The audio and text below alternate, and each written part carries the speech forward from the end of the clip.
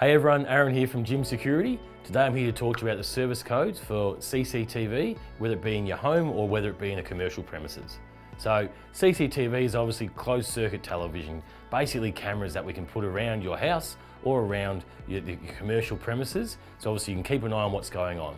Now, first things first, all of our gym's antennas security representatives are licensed. So obviously, big part of industry is you need to be licensed. So to do security cameras, you need to be licensed. So if you're out about getting quotes and you notice there's a big difference in prices, and you might find that someone's not licensed and someone is, and obviously all our representatives are licensed. So we can guarantee that one to start with. So what is CCTV? As we said, security cameras is the simplest way of putting it. So we can to come out to your premises. We can design, we can obviously supply, and then we can install a security camera system that not only can you view on a TV within your house, but obviously on your phone. So we can connect it up on your smartphone. You can look at these cameras wherever you are.